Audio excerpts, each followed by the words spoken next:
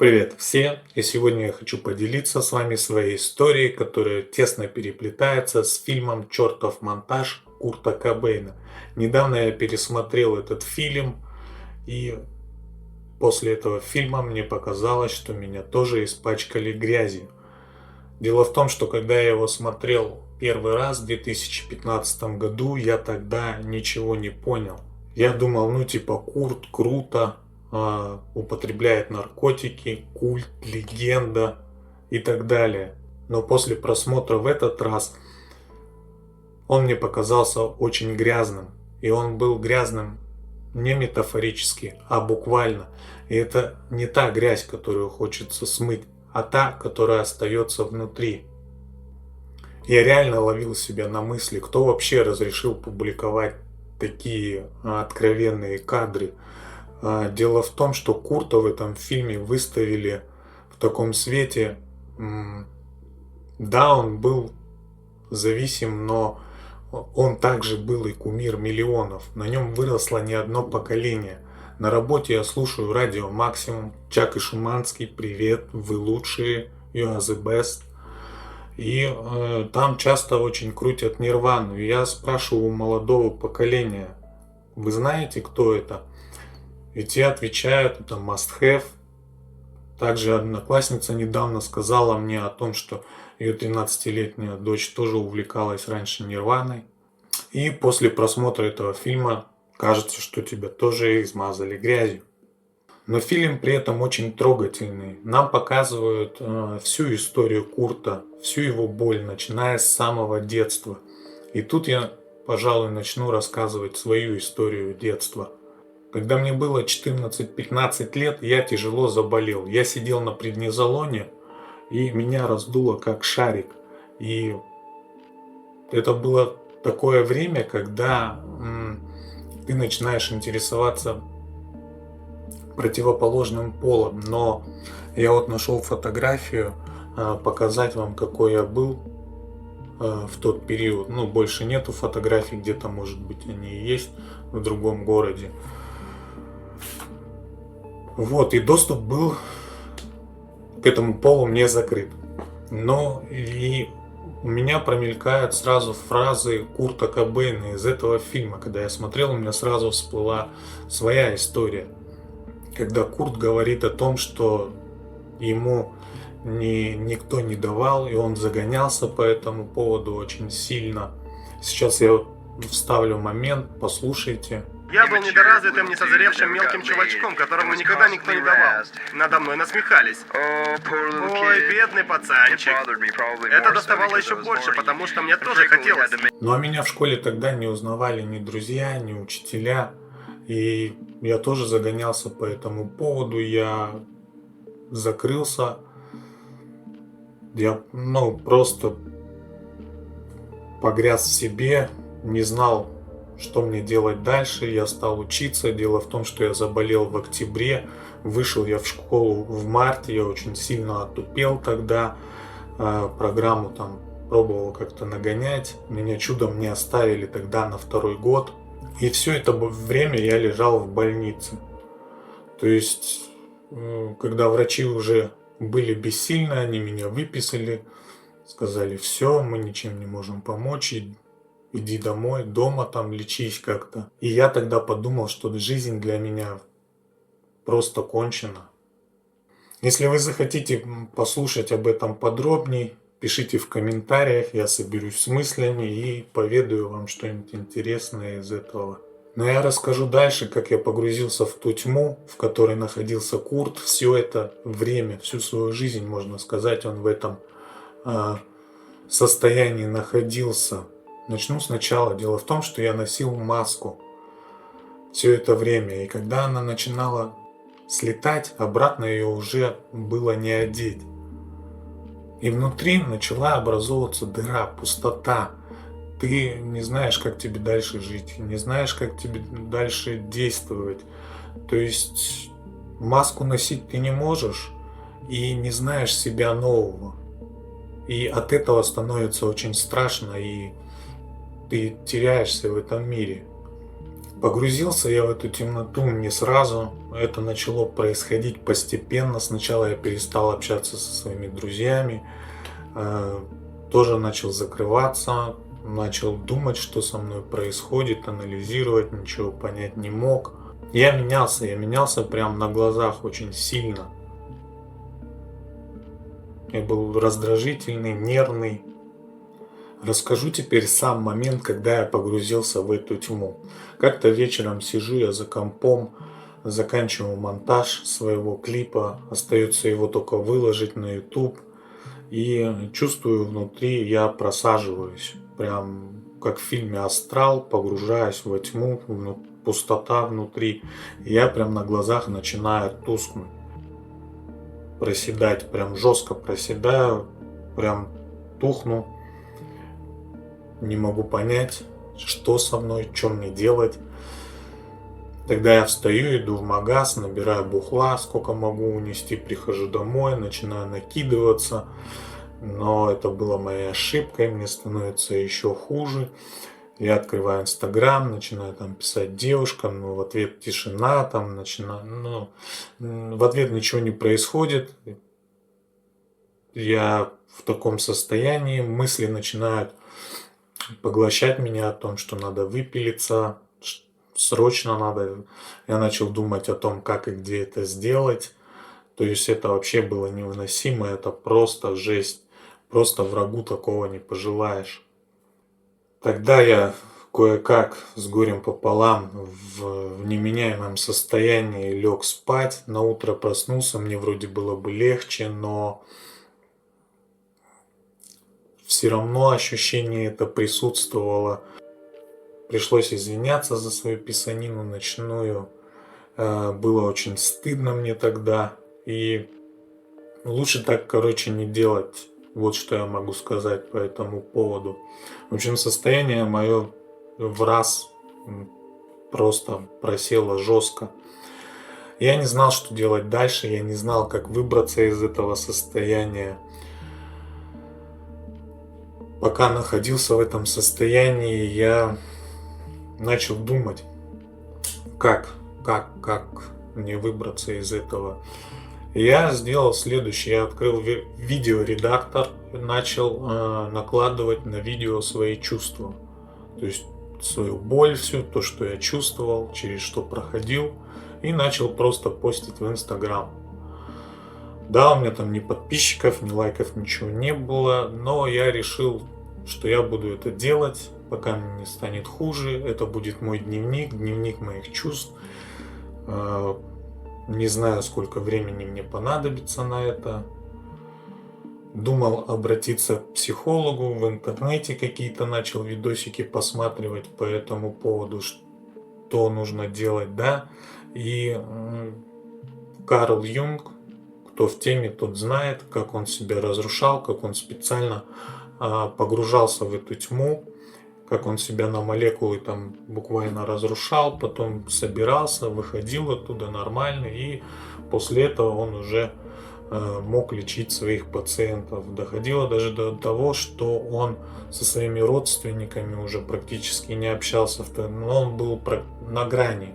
То есть там прям, не знаю, что с его личностью происходило, но состояние, да, было у меня такое же, скорее всего, у него хуже, потому что он это делал специально, да, там впадал в эту кому психологическую, в эту психологическую смерть, как еще ее называют.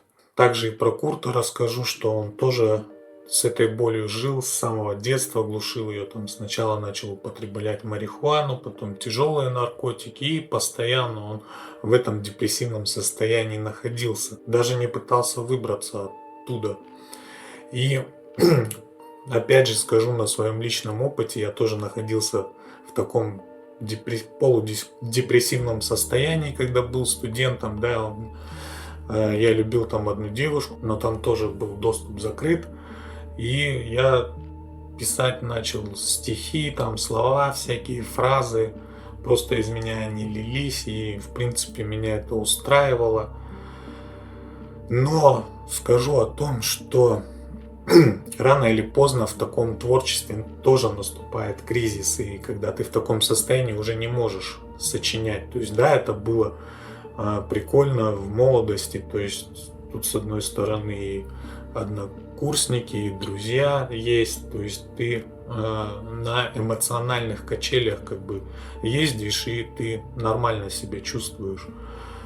Вот, но о творческом кризисе скажу то, что ты, да, у тебя наступает момент, когда ты все уже, ну, не можешь ничего написать, и у Курта тоже, скорее всего, так было. Но у меня были еще и светлые моменты, когда я там встречался, например, с девушками, да. Тогда у меня были светлые, там, хорошие, красивые стихи получались.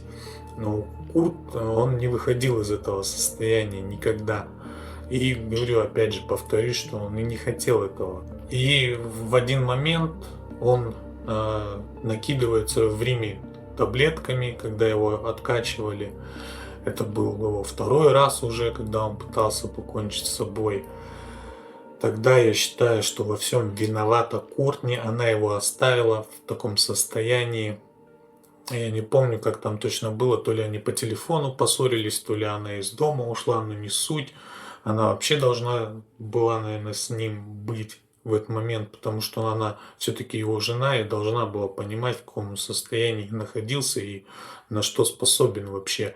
И я думаю, она это усугубляла его вот эту депрессию, потому что у него есть строчки в песне «Я женат, похоронен». То есть тут, ну, как бы налицо, да, уже просто прямым текстом говорит о том, что жена его там загоняла, грубо говоря. И Курт уже с этой пустоты, он не хотел выбираться, у него был этот кризис, он говорил, что новых песен не записывал в последнее время. Они тогда работали над Unplugged, классный концерт, кстати. И через месяц он решил, что не хочет быть спасенным, и решает радикально этот вопрос раз и навсегда. Что же касается меня, я продолжаю публиковать посты, справляться как-то с этим.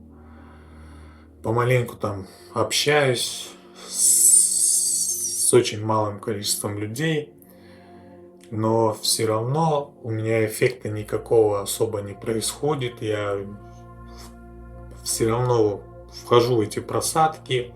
Ну, говорю, по постам там можно, в принципе, это все прослеживать. И когда я сидел в видеоредакторе, да, я ловил себя на мысли о том, что, ну, типа, это психотерапия для меня.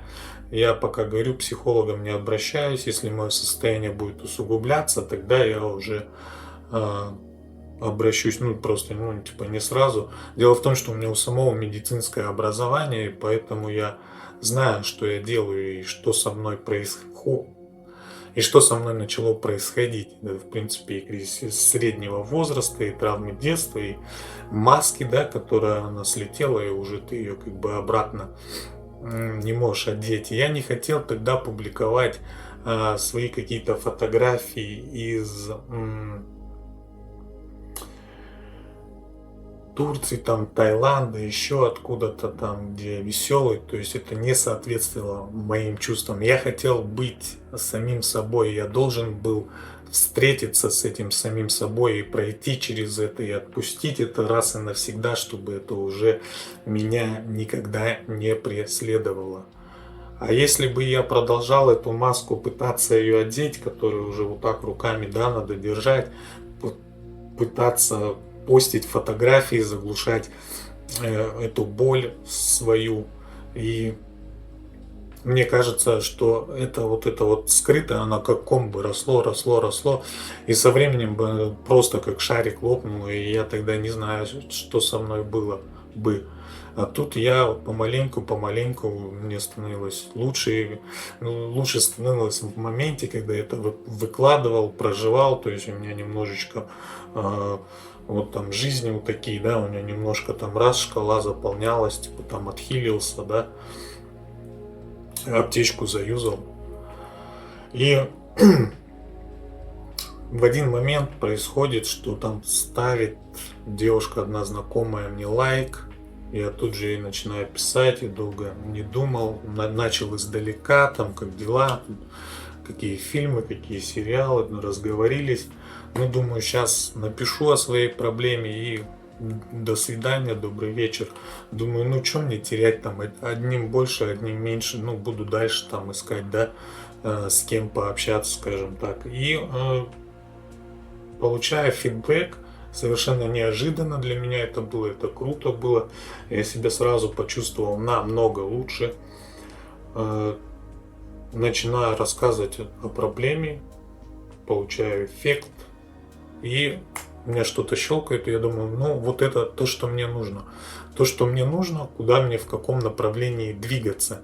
И я тогда тоже для себя решил, что ну, буду общаться, выговариваться там, насколько это будет в рамках, да, позволительно, там, может, перегибал я где-то когда-то, но не суть, мне уже там было пофигу, мне главное было, нужно все это скинуть куда-то, все это скинуть, там, рассказать, пережить еще раз. И день ото дня мое состояние становилось более стабильным, я стал более сильнее, более уверенным. Дальше через какое-то время она говорит мне, что у нее примерно схожая ситуация, то есть мы вообще на одной волне там с ней задвигались. Ну и в принципе, я думаю, надеюсь, мы будем продолжать после этого двигаться, что не забанит она меня после такого видео, что я так поступил, рассказал все об этом. Но я, кстати, хотел записать то видео еще тогда, когда со мной это произошло, когда я извинялся даже перед той девушкой, которая написал, что я ей так и написал, я должен записать это видео, обязательно поделиться этим видео. Но тогда я еще не был в таком состоянии, в котором бы я мог записать и рассказать об этом вот так вот. То есть это, ну, я не знаю, месяца 2, наверное, уже, прошло с того момента, когда я вот записываю это видео. Мне нужно было прийти в себя, собрать себя, возродиться там или еще как-то это можно называть, для того, чтобы уже осознанно сделать это. Также я начал на работе помаленьку тоже какие-то дозволенные части рассказывать, какие можно было, короткие. Брата позвал, также ему все это рассказал. И чем больше я выговаривался, тем легче мне и лучше становилось. Что еще хочу сказать? Те, кто находится в таком состоянии, там кризис среднего возраста, еще какие-то проблемы, травмы, может быть, то что вам нужно сделать? Да, у вас несколько вариантов. Либо вы продолжаете носить эту спавшую маску, да, которая будет этот ком копить и в итоге не знаю даже, чем это закончится. Далее можно обратиться к психологу, но смотрите, почему я тут считаю, что к психологу, ну как бы там в последнюю очередь, да, нужно идти. Здесь мне попался человек, которого, ну допустим, я знал. С этим периодом жизни, в принципе, она была знакома, и здесь мне проще было. То есть ты незнакомому человеку рассказываешь свою историю, который, ну, просто со стороны на это смотрит, а тут как бы он и переживает тоже эти чувства, то есть это намного лучше дает эффект, вот этот вот сам выздоровление, ощущение вот этого подъема внутри. Не знаю, как бы я себя вел, если бы пошел к психологу, вот, но я говорю, здесь очень мало вариантов, выходов. Ну, еще можно как Курт решить проблему. Вот. Ну, конечно, не надо этого делать. Лучше своевременно постараться найти человека, к кому можно обратиться. Также я хочу сказать, когда вы будете готовы пройти через это, открыться человеку, вы станете неуязвимым. То есть какие-то там хейтеры, какие-то завистники, которые там будут вам даже писать, говорить, что ты что-то делаешь, ну, вообще просто будет отлетать от вас это все. Я на себе тоже это ощутил. То есть, ну, были такие моменты, да, когда там меня критиковали, и я, ну, то есть, типа такой, я даже сам удивлялся, потому что если там несколько лет назад я бы услышал эти слова, то я бы очень сильно расстроился, рассердился и что-то бы там начал говорить в ответ, возможно, нехорошие какие-то слова. А здесь я такой, ну, ладно, и пошел, и типа такой, выхожу, там буквально минута проходит, я уже такой же, какой и был, то есть на меня никак это эмоционально не повлияло, да, я там в моменте чуть-чуть у меня вот так вот агрессия, может быть, поднялась, но она тут же испарилась, я еще сам удивился тогда, думаю, о, нифига, это круто, думаю, я и прокручивал в голове то, что да, если бы вот так вот со мной произошло, думаю, блин, что бы я сейчас делал. То есть вы начинаете также совершать какие-то поступки, которые для вас раньше были, ну, прям невероятно, там, начинаешь бабушкам, дедушкам помогать не потому, что это надо, а потому что, блин, это, ну, прикольно и по кайфу. Вот, то есть, на самом деле, ну, это круто становится, ощущаешь себя намного-намного лучше. Поэтому скидывайте себе маски.